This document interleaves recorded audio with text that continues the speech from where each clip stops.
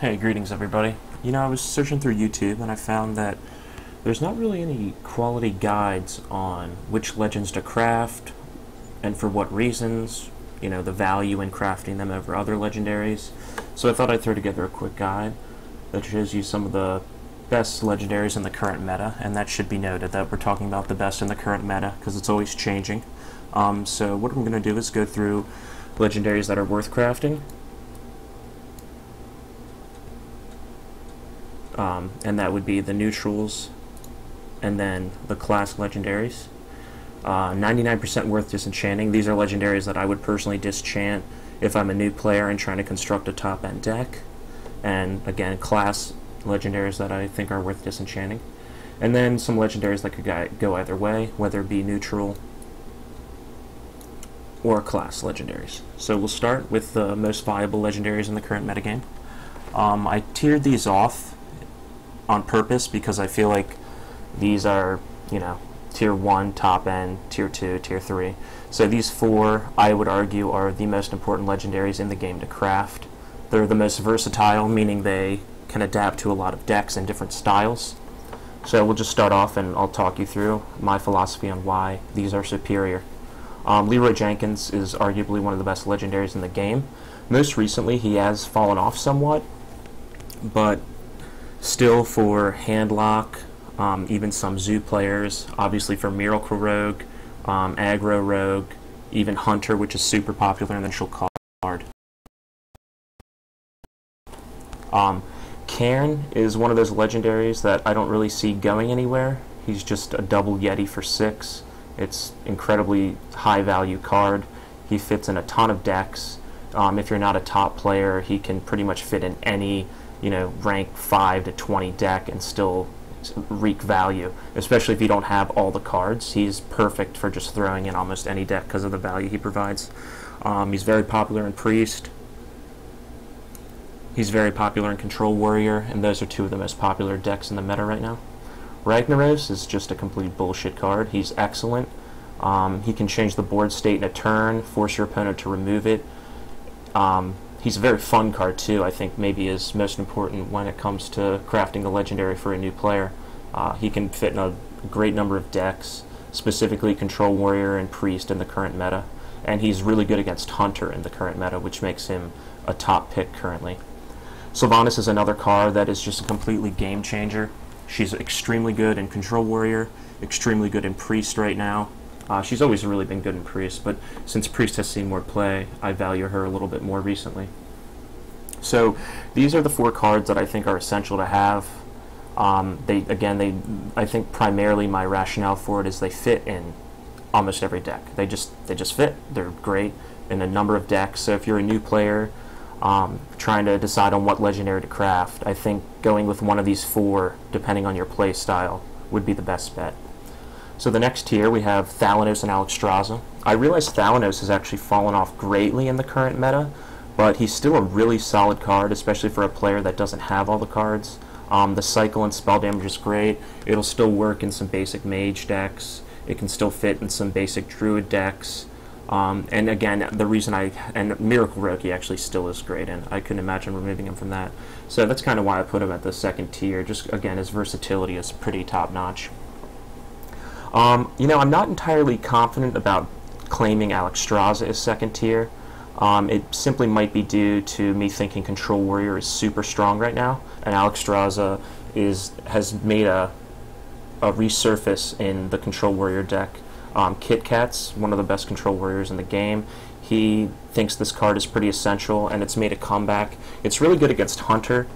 A lot of times the Hunter, since they can get you super low in 2 turns, they'll get you down to 2 or 3 HP, thinking they can hero power and combo some damage the next turn. You pop this and it gives you an extra turn to survive. That's the most common application I see with this card. But it also works decently well for Handlock. It's still good with Freeze Mage, although we don't really see that anymore. And I've actually seen a couple Miracle Rogues running this card. Here's the bottom tier of the craftables that I think are worth crafting. Specifically Harrison Jones, I'll start with him just because he's such an interesting card in the current meta. You see so many warriors and hunters that this card just reaps value almost every game. because I mean 50%. If you're a rank 5 plus player, I can't really speak for the lower ranks, but for rank 5 plus, this card, almost every game you'll be able to potentially get value out of it. So in the current meta, he's insanely good. A couple months ago, I probably would have put this guy in the 99% disenchant pile, but just given the death spite and how commonly we see hunters, he's pretty sick. Black Knight, kind of conversely to Harrison, 2 months ago Black Knight was by far one of the top legendaries in the game. You saw so many druids, so many ramp druids, that you would always get value out of him a lot of the time. He's still pretty good. He still is pretty strong against Hunter, kind of. It's a little bit slow against Hunter, but if you can kill a taunted card from the Houndmaster, it's pretty great. He's also okay against Sludge Belcher. I'm reluctant to say he's great against Sludge Belcher because you still have to deal with the 1-2, and a player can still keep a little 1-2 taunt up, which is kind of a nuisance, so he doesn't completely delete the Belcher, but it's a good start. Ysera is a top card. It might not be worth crafting. If anything, it's at the bottom barrel of crafting worth, but I still value it over a lot of the other legendaries. It fits in Priest deck extremely well, and it fits in Control Warrior pretty well. Kind of depends what you want. Although the current meta of Priest is a little bit faster, so it's not as common, but I definitely would never disenchant this card and would take consideration to craft it. Moving on to the class cards worth crafting. I had a little bit of trouble determining what I thought was the class cards worth crafting, but in particular types of decks, again, these are tiered, in particular types of decks, these are essential. If you're going to run Miracle Rogue, you pretty much need Van Cleef. I mean, you don't need it, but it helps a ton. I remember last season I was going for Legend. I got to rank 3, I think, with Miracle Rogue, and then just bit the bullet and made Van Cleef and got Legend in a night. And Van Cleef made tons of great plays for me on my path to do that. Tyrion Forging and Grom, I kind of put them in the same boat. If you're going to run Paladin or Warrior at a top level, you don't run it without these two cards. They are so essential, it's unbelievable. Maybe Grom even more so than Tyrion. Warrior just doesn't have that many devices to finish an opponent off, so Grom is that device, and there's really no alternative. He's an insane card. He is a pretty versatile card in the Warrior deck. You can remove a 4 HP minion, or do 10 if you can combo with a Taskmaster, a Whirlwind, or another damaging spell that you can buff him up with. Cenarios I kind of put second tier to these, and it might be my own bias, but I am a big fan of Ramp Druid. Not so much recently because the meta doesn't really cater to it as well. People are a little bit too fast for it, and with Hunter it's just so easy to get through those taunts that it's kind of tough. But he is an incredibly good card. I value him over the other class legendaries. Being able to drop 2/2/2 Trents and a 5/8 is really annoying for your opponent. It definitely gives you a turn a lot, and if you're winning the game, he just solidifies that win by buffing the couple of mobs you have on the board heavily. So he fits pretty well with Ramp Druid. Again, this is not an essential card, and that's why I rank him lower than these, because I argue that these are pretty essential. If you really like any of these classes, I might even build these before these cards. Maybe. It really would depend. But these are sick. This is my worth disenchanting list here. I'm pretty confident that all of these cards are worth disenchanting. Now, there is a caveat to that. If you're not trying to make the best deck possible right now and you're a new player, don't disenchant them, because, I mean, you probably want to collect all the legendaries in the game. There's always a chance they'll get buffed. There's always a chance other things will get nerfed and they could come into the meta. But we'll just quickly go through, and I'll kind of explain why these cards are not all that valuable. Deathwing. I mean, it's been played in a few decks. It generally doesn't reap that much value, though. It's really hard to get to turn 10 and delete your whole hand and have a shot at winning. And if the opponent has any removal, you're pretty much screwed. Gruul, you mean, why wouldn't you run Rag? You can have an 8/8 on the board that instantly has an effect, or you could put a 7/7 down that is the same mana cost. It's just incredibly weak. It doesn't change the board state immediately, which is hugely important in the game of Hearthstone, so he doesn't fit. Illidan, this is an interesting card. We've seen Tides of Time run it in some Druid decks.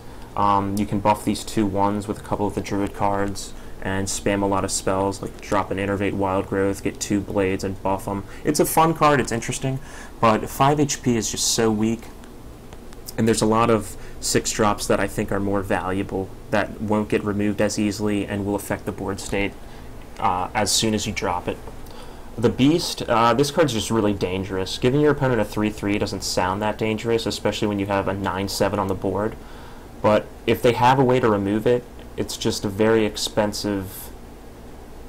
I mean, it can soak up removal, but once they get the 3/3, you're just so far behind on the board state. And for 6 mana, the cost to remove 7 HP is around 6 mana.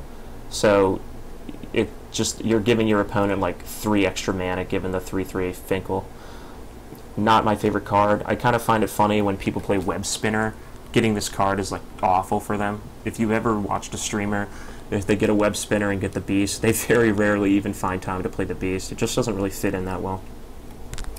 Hogger's another card similar to Illidan, where we've seen some pro-level players try to integrate it into a deck. It always seems to fall to the wayside, though. He just doesn't really do that much for 6. You basically get a 4/4 and a 2/2 for 6 mana, and the odds that your opponent can remove the 4/4 on their next turn is so high that it's just a little bit too expensive in my opinion. Nat Pagel, we used to see this card, one of the best cards in the game before the nerf. It used to be at the end of your turn you draw, so you drop this 2. At the end of the turn you have a 50% chance to draw, and obviously if it's golden it's a 100% chance, right? But he's a little bit too slow now in the current meta. There's a lot of fast-paced decks, and he'll pretty much instantly get deleted for very little value from your opponent, so it's a very dangerous card to run. It's usually a dead card. Millhouse Manastorm, not much to say about this guy. It's too dangerous. You put yourself in great liability playing this card at all. Tigmaster, he used to be an incredible card. Now, since it's randomized, it's not as good. I've seen it run in a few aggro pally decks. You know, you have a dude on the board, you throw this guy down, you might be able to make a 5/5. It's definitely a fun card, and I think it does have potential, but currently in the meta, I just don't see it really fitting in. And again, if you're trying to make a deck that's top level, this Dusk could be better served making a couple rares or another legendary or an epic. Nozdormu, arguably the worst card in the game. Moving on. Onyxia, there's definitely some synergy with this card, but again, 9 mana cost for an 8/8. If there's any AoE removal, you're in a bad position. By turn 9, you really want to put a card on the board that can really change the board state, like a Rag, for example, because it's going to instantly have an effect. So, Onyxia it's an interesting card. I could see it getting play as the game develops, because there might be some more synergy with these whelps. But as it stands, the only real synergy is like Druid, Savage Roar combos and things like that, and it just doesn't always seem to work out. It's a little bit too niche. Lorewalker Cho, we saw this card played a little bit earlier in this season in zoo decks, and I think it is still somewhat viable in a zoo deck, but again, if you're trying to construct like a really top-end deck, I think your Dusk can be used in a more efficient way. This card, I could see potential. He might be the 1%, not even joking. He might be that 1% that I don't disenchant, just because he's such an interesting card. As the metagame develops, he might prove to be pretty viable. Malygos is another kind of maybe 1% card. We've seen it in a couple spell damage decks like Druid and Rogue, but again, it seems like a little bit too niche. It's hard to fit in, it's super expensive, and on turn 9, there's only a few spells you can play that would really reap value from this. It's a fun card though. If you don't need the Dust immediately, I'd recommend holding on to this one. But if you're trying to make a really top-end deck, your Dust could be served doing something else. Now we're moving on to the class cards that are worth disenchanting. King Crush, I mean, 9 mana. Again, this is like a weak Rag. I know I keep referring to cards, comparing them to Rag, but it's probably because Rag's that annoying and that good. He's just kind of weak. If there's a taunt up, he's pretty much worthless. 9 mana to do 8 damage to the face, which I guess would be his primary use, is a little bit expensive. Hunters don't really have trouble getting cards, so you don't really need a 9 mana dump. You can keep playing like 3 mana cards or any combination of lower mana cards and ultimately doing more damage than 8, so he just doesn't fit in. Prophet Velen is a card that I could absolutely see making an appearance in the meta, but as it stands, this card really doesn't provide much. It sounds nice, like double the healing and damage, but if you're dropping a 7 cost, the most you can do is heal yourself for 4, or potentially smite for 4. It's just not all that strong. I think 7 mana is better served in another domain. Okay, here's some cards that could go either way. Captain Greenskin is definitely at the bottom of the barrel on this go other way. I might even disenchant this card unless you're like a huge fan of Paladin and Warrior. Tides of Time, a streamer I watch a lot, he has integrated this card into Warrior and Paladin decks with moderate success. So I'm not going to dash it off right away, but it's definitely not a card that I would ever craft. And if I picked it up, I would make a... Hypothetically, if I got a golden Captain Greenskin, I'd probably disenchant it and make another legendary. If I got a non-golden, I'm not sure if I would disenchant it or hold on to it. Weapons are pretty popular in their current meta. He's kind of hard to fit in a deck, given how many good 5-drops have recently come out, like Loatheb and Sludge Belcher, but I could see potential with this guy. King Mukla is a pretty good card, actually. He only fits in a couple deck styles, but he's really strong in those deck styles. Backspace Rogue, which is the super heavy aggro rogue, he fits in really well with that. I've seen it in Zoo sometimes, and it seems to do pretty well. It's definitely a card that I probably would not craft, but I would never disenchant. Baron Geddon is a pretty interesting card. He sees a lot of play in Control Warrior, and I think he's really good in that deck, and that might be the only deck he's really good in, but he is really good in it. So it's kind of a situation, if you really like Control Warrior and you want to make a strong Control Warrior deck, I would never disenchant this card. I probably wouldn't craft this card early on either, just because there's so many better options. Although he is really good in Control Warrior, for a new player, you don't really want to dump all your dust into one deck. Unless you, I mean, if you do, that's great. But for me, when I first started, I really wanted to make a lot of good, viable decks to have fun with, and he doesn't really work in that sense.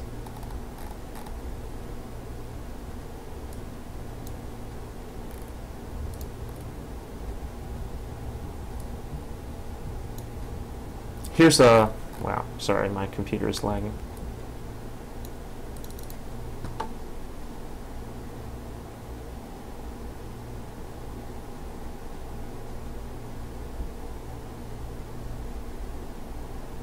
Alright, here's the class cards that could go either way. Just because they don't fit in that many decks. Lord Draxus, I'd say earlier on in this most recent season, he found some play in the Demon deck, where you would run the Void Callers, the 3/4s, and potentially get them on the board. He also, similar to Alexstrasza, can save you a turn, and also provides you with some board presence on that turn with his 3 attack. But he really only does fit in that one deck style. So I don't think I'd ever craft him, but I would also be reluctant to disenchant him.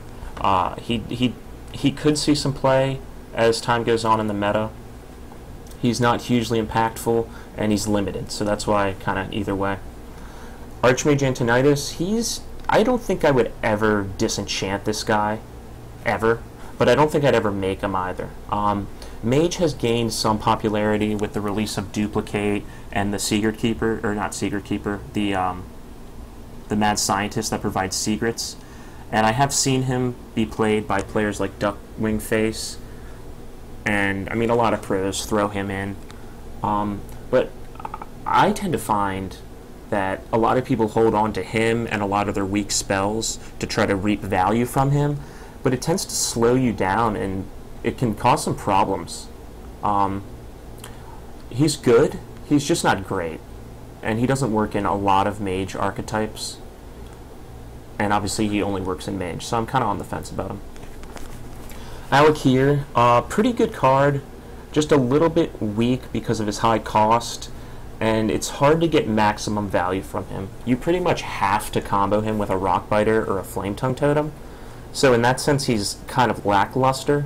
Independently, he just doesn't do that much. I mean, if we look at Cairn, it's a 4/5 that comes back for 6. I mean, that does something. It forces out removal, but it's less cost, so it would force out the same removal as this guy, but it costs less, so, you know, and it's just, he requires too many conditions, Alakir, to be super viable.